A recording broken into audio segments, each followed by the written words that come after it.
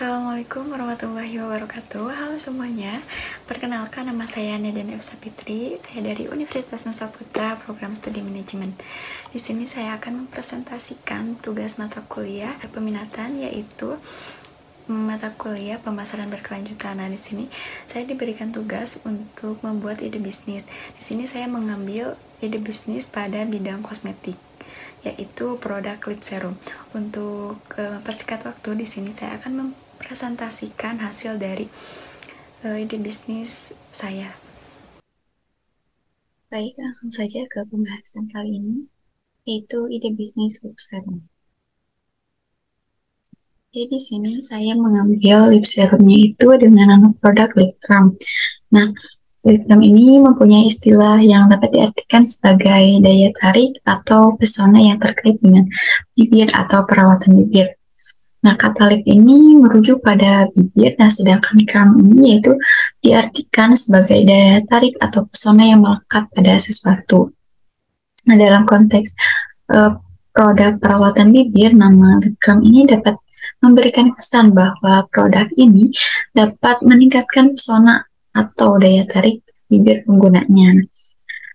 Selain itu, bisnis lip serum ini berkelanjutan, menawarkan konsep yang ramah lingkungan dan bertanggung jawab, menggabungkan inovasi kecantikan dengan perhatian pada keberlanjutan.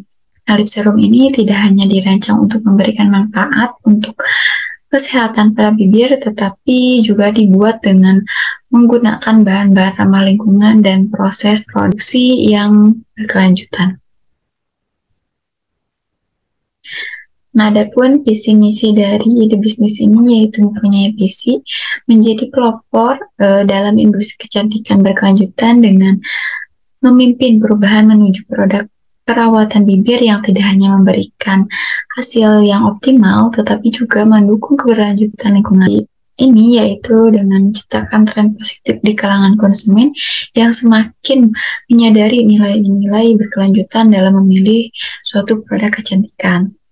Nah, selanjutnya, misi ini memberdayakan kecantikan dengan inovasi ramah lingkungan. Nah, pada bisnis ini juga berkomitmen untuk menciptakan produk lip serum yang efektif, etis, dan berkelanjutan.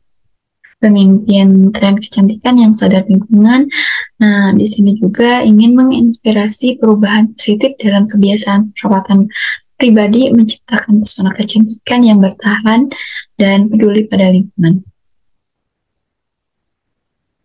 Selanjutnya, dengan keunggulan pada lip serum ini yaitu menggunakan bahan-bahan organik yang ekstra tanaman alami, yaitu menggunakan bahan organik seperti minyak biji rami, sibutir, atau ekstra tanaman lainnya. Dikemas juga dengan menggunakan bahan yang dapat didaur ulang atau kemasan berkelanjutan. Nah, kemasan produk ini dikemas dengan menggunakan bahan yang dapat didaur ulang atau kemasan berkelanjutan dengan mengurangi jejak karbon atau limbah plastik.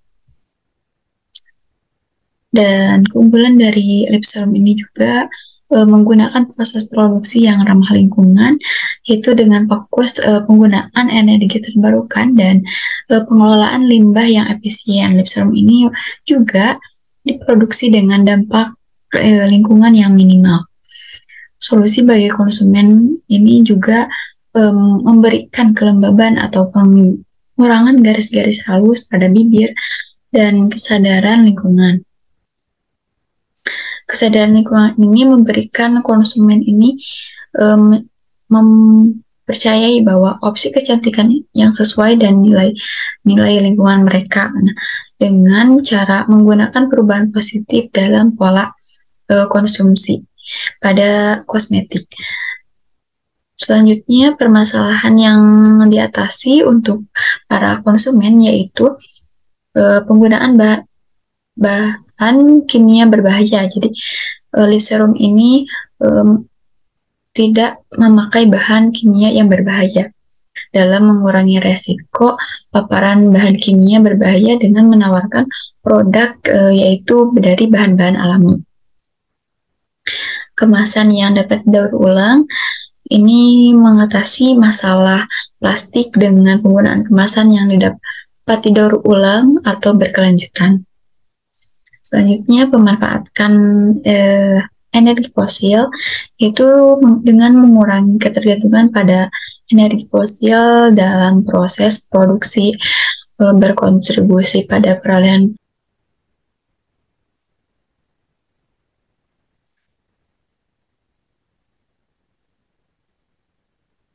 Selanjutnya di sini pada ide bisnis ini menyediakan analisis SWOT untuk bisnis ini, yaitu yang pertama ada strength atau kekuatan. Ini adalah bahan-bahannya alami dan berkelanjutan. Yang kedua, etika perusahaan sebagai kekuatan utama merebut perhatian konsumen yang sadar akan lingkungan.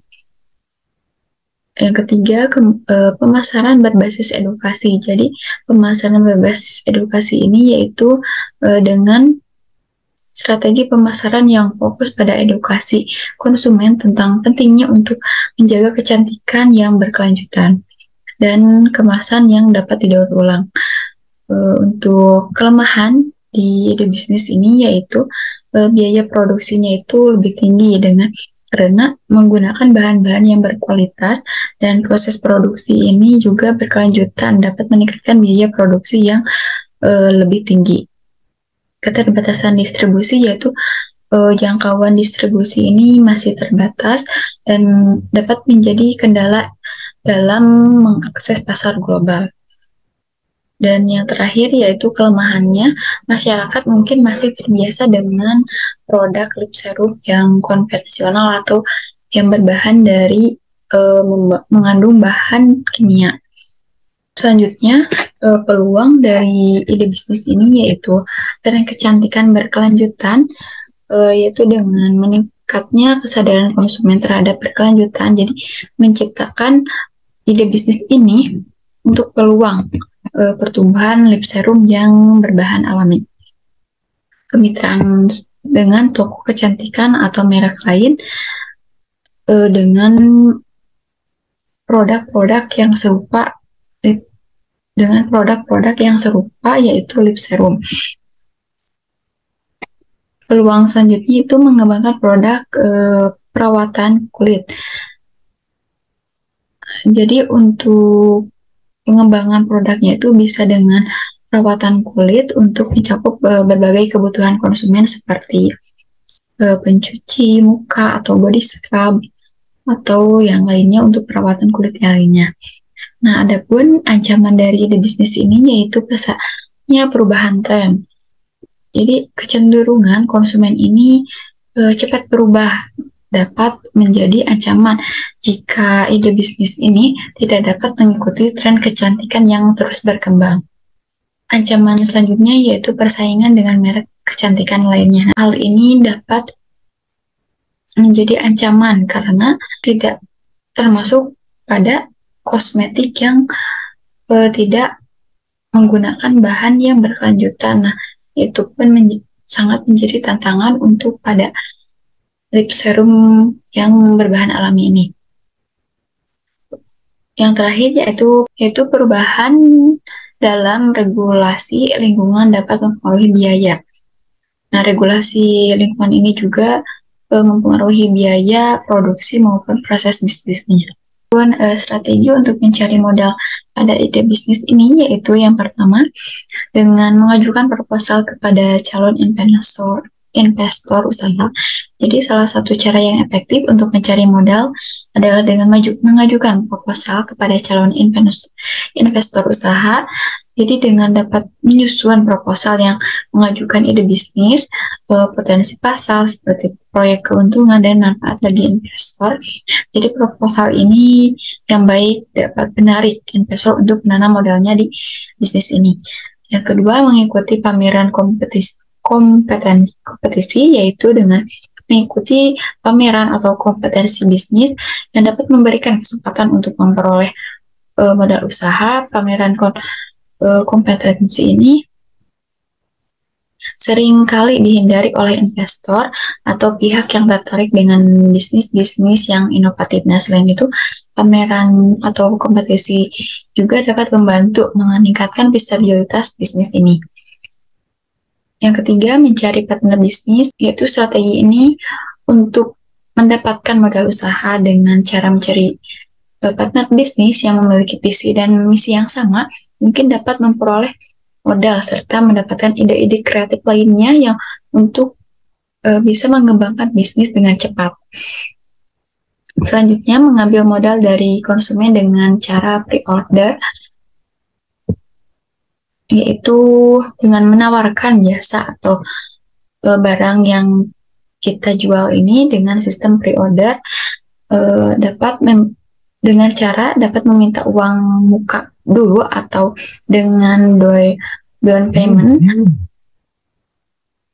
terlebih dahulu sebelum proses pesanan konsumen. Nah, setelah pesanan selesai ini, konsumen dapat melunasi biaya atau mendapatkan produk yang dibutuhkannya. Yang kelima, yaitu mencari komunitas bisnis, seperti menemukan inspirasi dan semangat dalam mengembangkan bisnis ini, dapat juga bergabung dengan grup bisnis di platform sosial media atau bertanya pada situs website pemerintah untuk menemukan komunitas yang bisnis ini yang relevan. Nah, bergabung dengan komunitas bisnis ini juga dapat memberikan peluang untuk bertukar ide atau mendapatkan saran atau juga bahkan menemukan calon investor agar menanamkan modalnya. Yang terakhir yaitu dengan menggunakan modal terbatas. Nah, jika memiliki modal terbatas juga bisnis ini dapat mempertimbangkan untuk memulai bisnis lip serum dengan menggunakan dana secukupnya dan dengan mengelola modal dengan bijak dan efisien juga dapat mulai bisnis tanpa harus mengandalkan modal yang besar.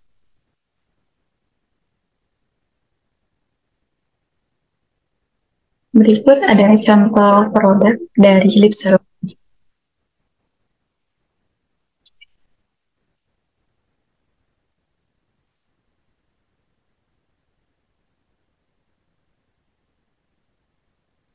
Nah, dari produk tersebut, di sini saya mengambil contoh dari produk Jera Lip Serum, yaitu menggunakan kemasannya itu menggunakan botol kaca yang dapat daur ulang, dan kandungan dari lip serum ini yaitu mengandung minyak biji jerami, siap butir, lidah buaya, minyak argan, dan minyak jojoba.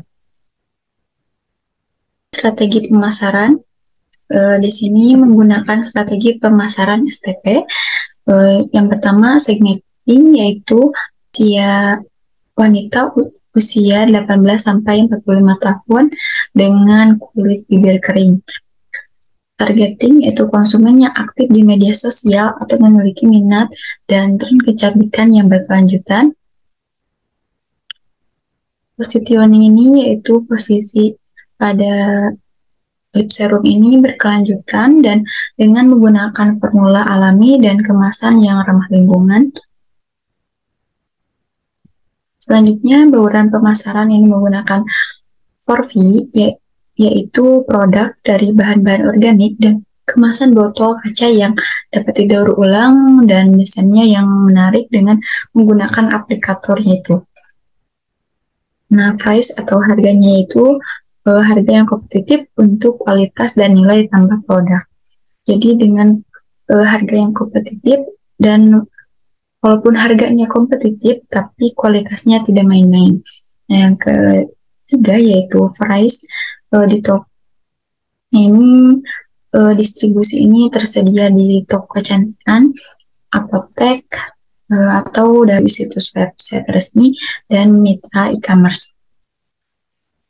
Promosi itu dengan menggunakan influencer, ada juga afiliasi atau bonus poin atau pengembalian kemasan bisa dikembalikan ke offline store dengan mendapatkan bonus poin yang dapat ditukarkan pada saat pembelian.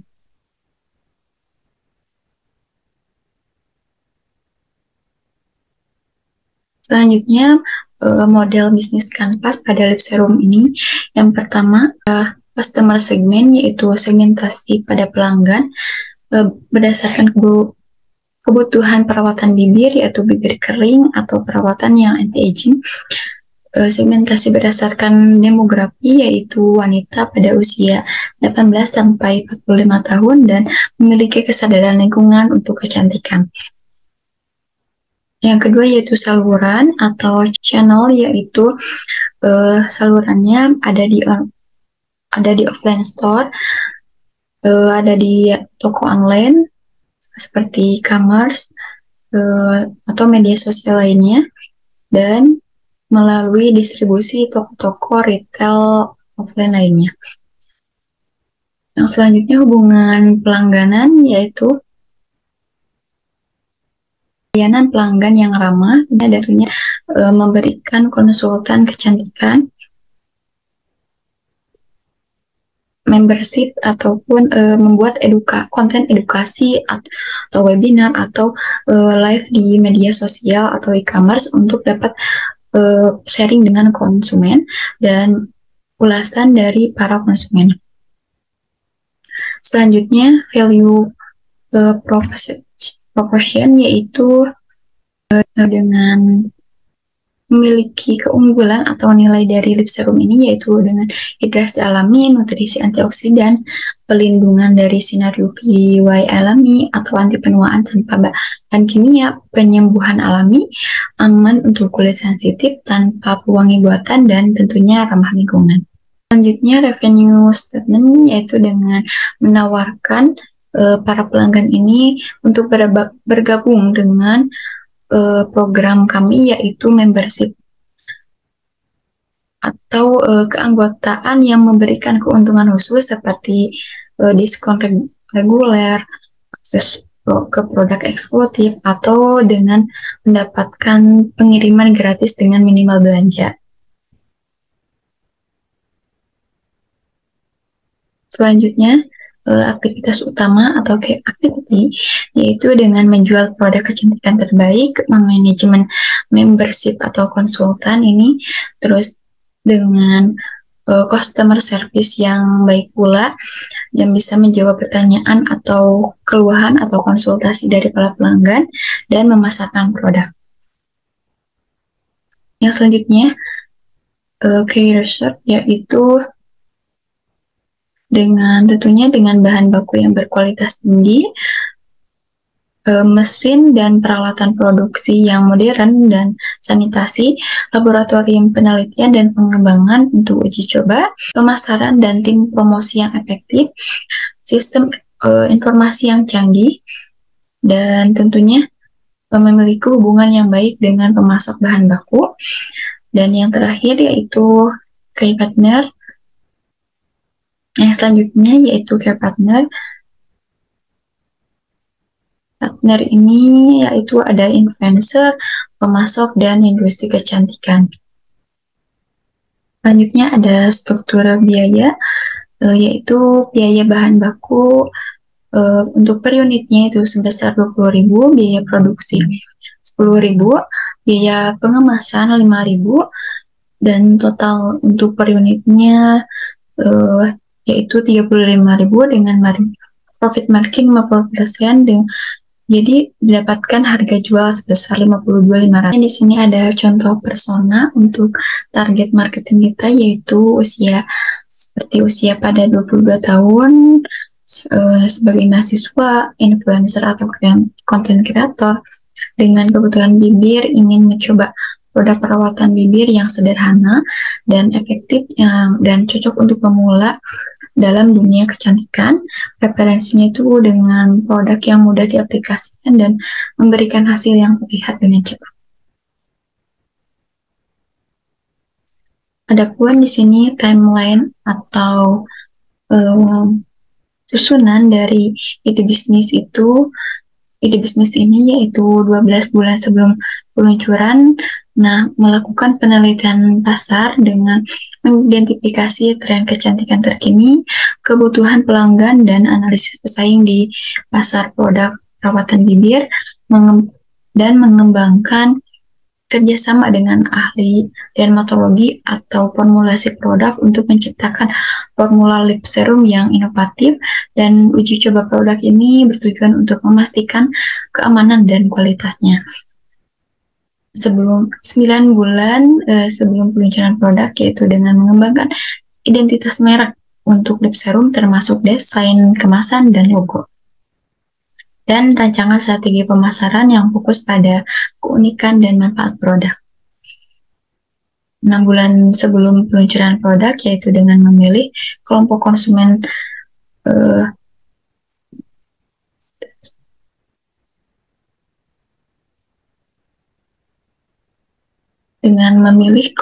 konsumen beta tester untuk mencoba lip serum ini dan mengumpulkan umpan balik dari konsumen untuk perbaikan lebih lanjut lagi. Dan 3 bulan sebelum peluncuran produk ini dengan memulai kampanye tester di media sosial untuk membangun ketertarikan, dan dengan mengundang influencer kecantikan untuk mencoba dan membagikan pengalaman mereka dalam menggunakan lip serum ini.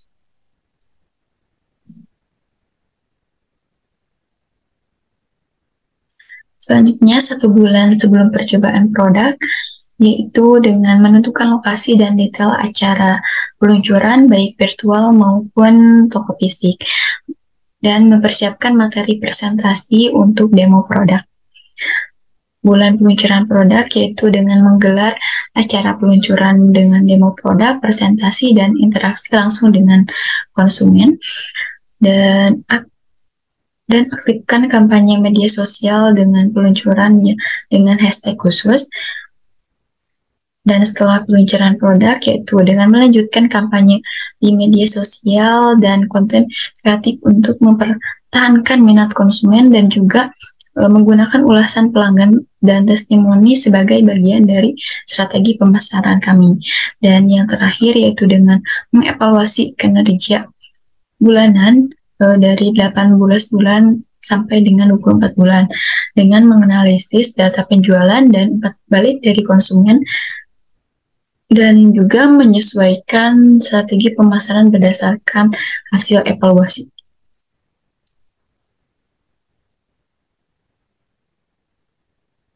Baik, terima kasih. Baik, mungkin cukup sekian yang dapat saya sampaikan. Kurang lebihnya mohon maaf. Wassalamualaikum warahmatullahi wabarakatuh.